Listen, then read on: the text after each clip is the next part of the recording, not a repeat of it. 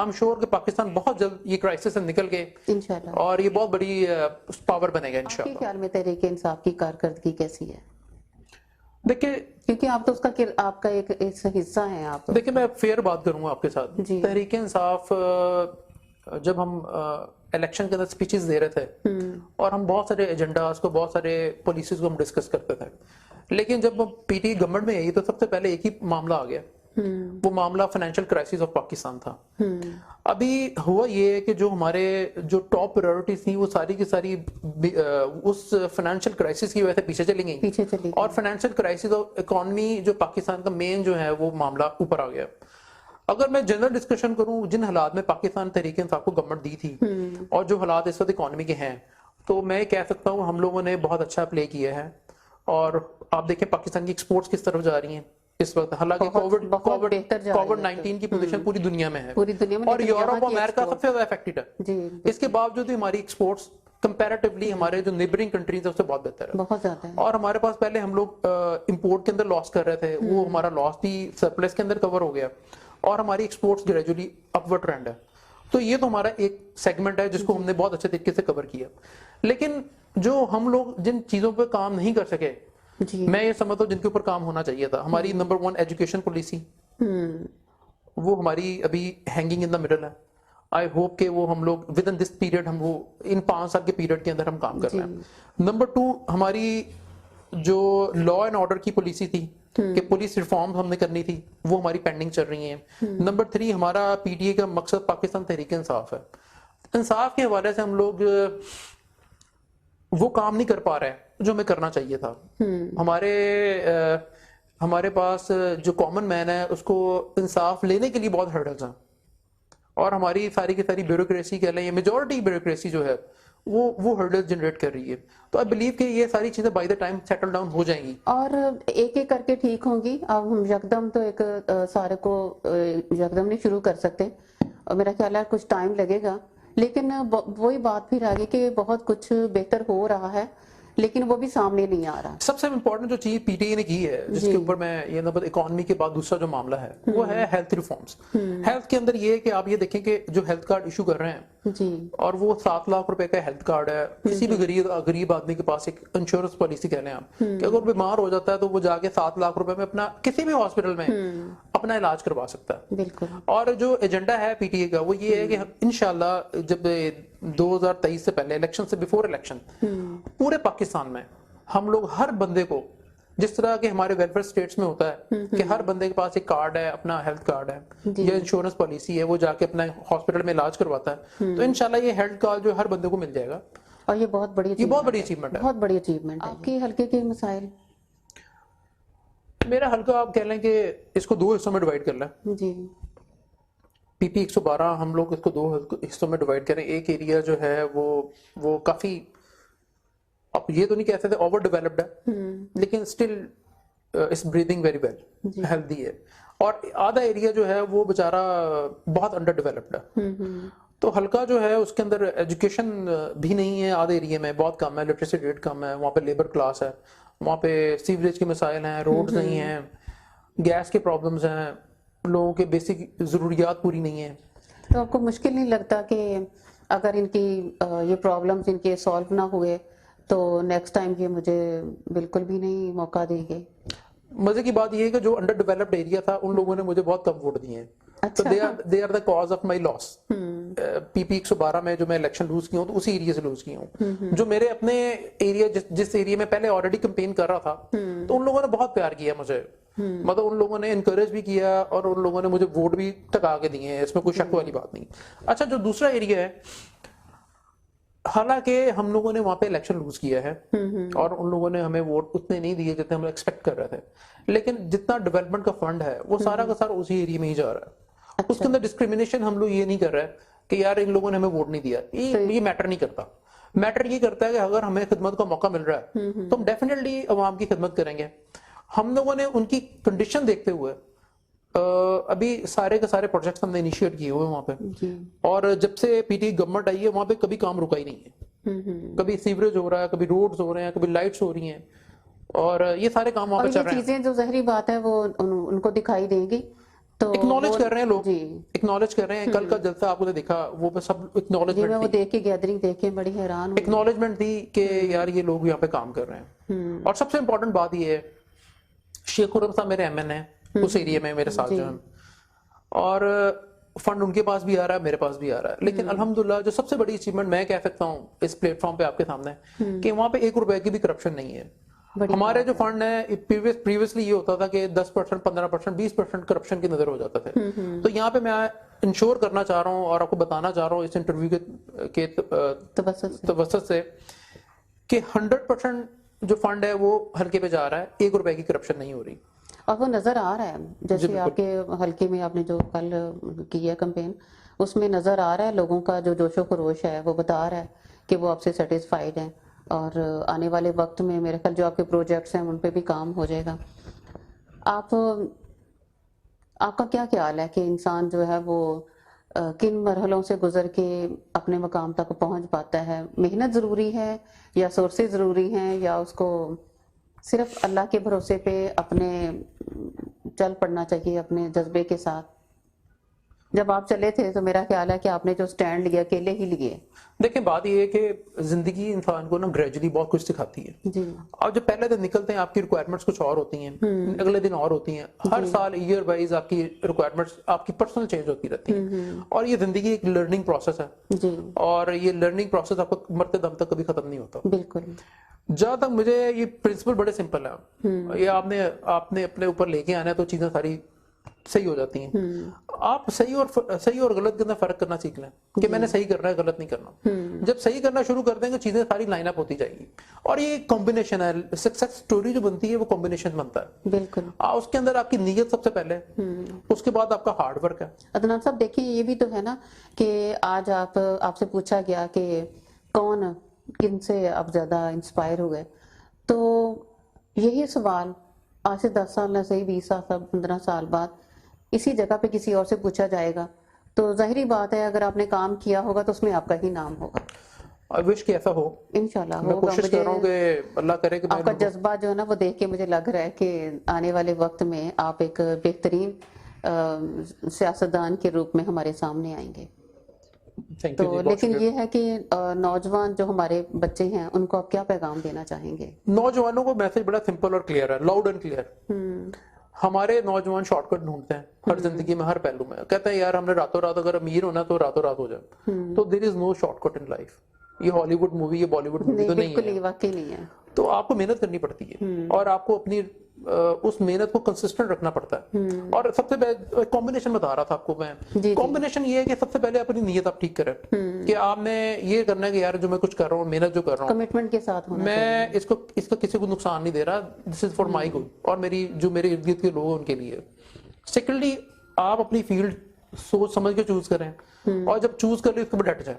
جی. اور پھر ڈٹنا کا مطلب پھر اس کو کہتے ہیں کنسسٹنسی. اگر آپ کنسسٹنٹ نہیں ہے اپنی لائف کے اندر, کوئی کام شروع کیا پھر پیچھے ہوگا, کوئی کام شروع کیا پھر پیچھے ہوگا, تو پھر یہ it's not a playground کہ آپ شروع کرتے ہیں. پھر سفر میں ہی رہتے ہیں, میرا خیال ہے کبھی نہیں آپ اپنے ایگریڈ.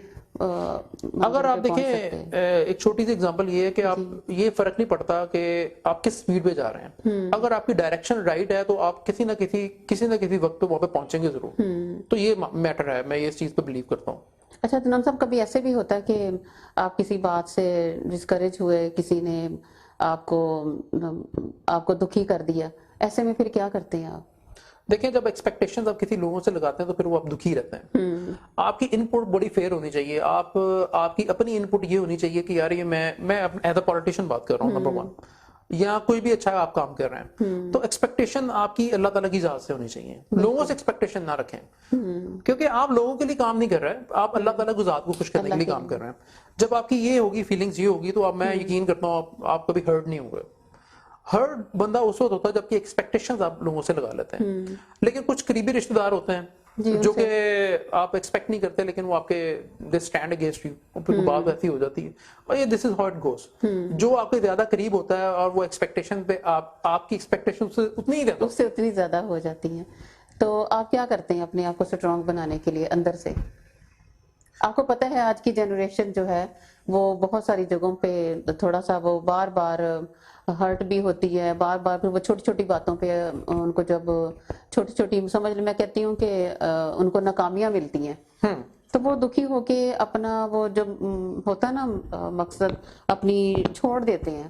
اس کے لیے میں یہ کچھ باتیں آپ سے ایکسٹرا اس لیے پوچھی ہیں کہ آپ ایک اس وقت کامیاب ایک انسان ہیں اور آپ کی کامیابی کو دیکھ کے آپ کے منہ سے سن کے میں بھی کہ بہت سارے لوگوں کا بھلا ہو جائے گا. پہلی بات تو یہ ہے کہ جو ہمارے جو دوست ہیں، جو بھائی ہیں، جو کہ زندگی میں آگے بڑھنا چاہتے ہیں، وہ ہر جو life is not bad of roses, آپ کو ہر جگہ کوئی نہ کوئی تکلیف آئے گی جی، اور آنے بھی چاہیے.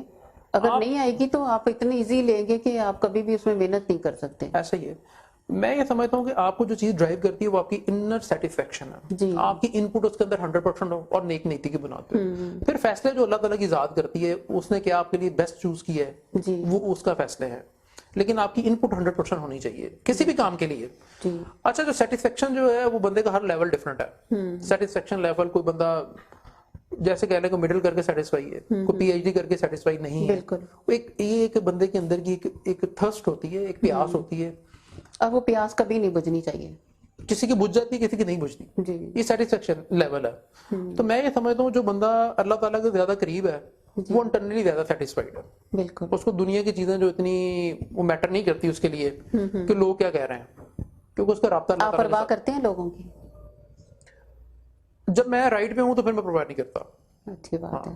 Doesn't make a difference. اور میرا خیال ہے آگے بڑھنے کا یہی ایک پوائنٹ ہے کہ آپ لوگوں کی پرواہ مت کریں بلکہ اپنے مقصد پہ ڈٹے رہیں اور آگے بڑھتے رہیں. دیکھیں، کام کر کے دکھائیں. جب آپ سمجھتے ہیں آپ ٹھیک ہیں اور آپ کو پتا ہوتا ہے آپ ٹھیک ہیں، جی آپ رستہ صحیح ہے آپ کا، جی. تو پھر وہ لوگ تو کچھ بھی کہہ رہے ہیں. مطلب لوگوں کی زبانیں ہیں وہ آپ پکڑ نہیں سکتے، ہر بندے کی اپنی زبان ہے. اور ہر ایک کو آپ اپنا بتا نہیں سکتے، سمجھا نہیں بالکل سکتے، اور ہر کوئی آپ کے لیول پہ آ کے سمجھ بھی نہیں سکتا. بالکل ٹھیک کہہ رہی ہیں. جی.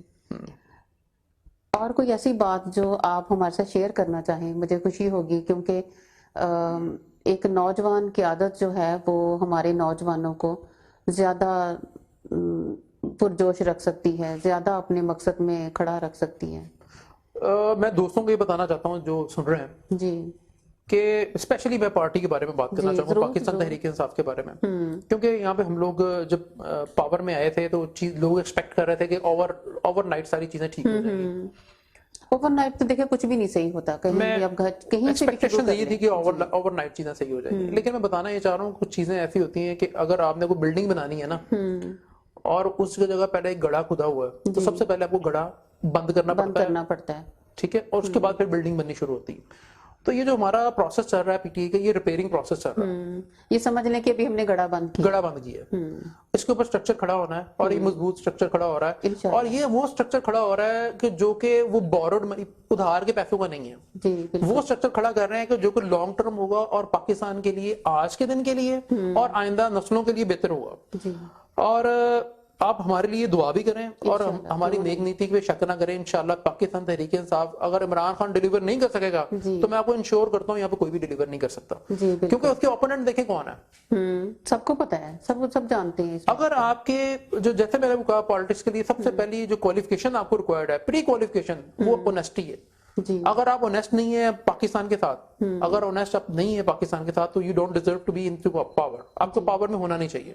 بالکل. تو میں یہ کہتا ہوں کہ انشاءاللہ یہ 2023 کے الیکشن سے پہلے، ویسے جو پالیسیز ہم لوگوں نے بنائی ہیں وہ 10 سال کی پالیسیز ہیں. اگر عوام ہمیں 2023 میں ووٹ دیتی ہے اور امپاور کرتی ہے تو آپ دیکھیں گے پاکستان کہاں جاتا ہے. کرے گی عدنان صاحب، کیونکہ لوگوں کو شعور ہے، لوگ سمجھنے لگ گئے ہیں. پہلے ان کو ایک لکیر پہ چلایا جاتا تھا، وہ اس لکیر پہ چلنے کے عادی ہو چکے تھے. اب لوگوں کو سمجھ آ رہی ہے اچھے برے کی، اور میرا خیال ہے 2023 تک بہت سارا کچھ ایسا ہو چکا ہوگا اچھا کہ جس کی وجہ سے لوگوں کو پتہ چل جائے گا کہ یہ ہم نے کدھر جانا ہے اور کس طرف اپنی رائے رکھنی ہے. اور انشاءاللہ تعالی وقت جو ہے وہ آپ کا ساتھ دے گا. یہ تھے عدنان انور رحمانی صاحب. آپ نے ان کی باتیں سنی، مجھے تو ان سے بہت کچھ سیکھنے کو ملا. اور خاص کر آپ یہ دیکھیں کہ وہ اپنے مقصد میں ڈٹے ہوئے ہیں اور اپنی جگہ پہ اپنے آپ کو صحیح ثابت کر رہے ہیں. اسی طرح ان کی باتوں سے آپ بھی بہت کچھ سیکھیے گا، جانیے گا، اور خاص کر اپنی تحریک انصاف، اپنی پارٹی کے لیے. پارٹی کسی کی بھی نہیں ہوتی، پارٹی ہم سب کی ہے، عوام کی ہے، اور ہمیں اس کے ساتھ چلنا ہے، آسانیاں دینی ہیں تو آسانیاں ملیں گی. اگر ہم بدگمان ہو جائیں گے تو کام کرنے کا ان کو موقع نہیں ملے گا. ہمیں کام کرنے کا موقع دینا ہوگا اور اچھا گمان رکھنا ہوگا. اچھا گمان رکھیں گے تو بہت کچھ اچھا ہوگا. کچھ وقت کا انتظار کرنا پڑے گا. انشاءاللہ پھر کسی نئی شخصیت کے ساتھ حاضر ہوں گی. صفیہ حیات کو اجازت دیجیے. بہت شکریہ. اللہ حافظ.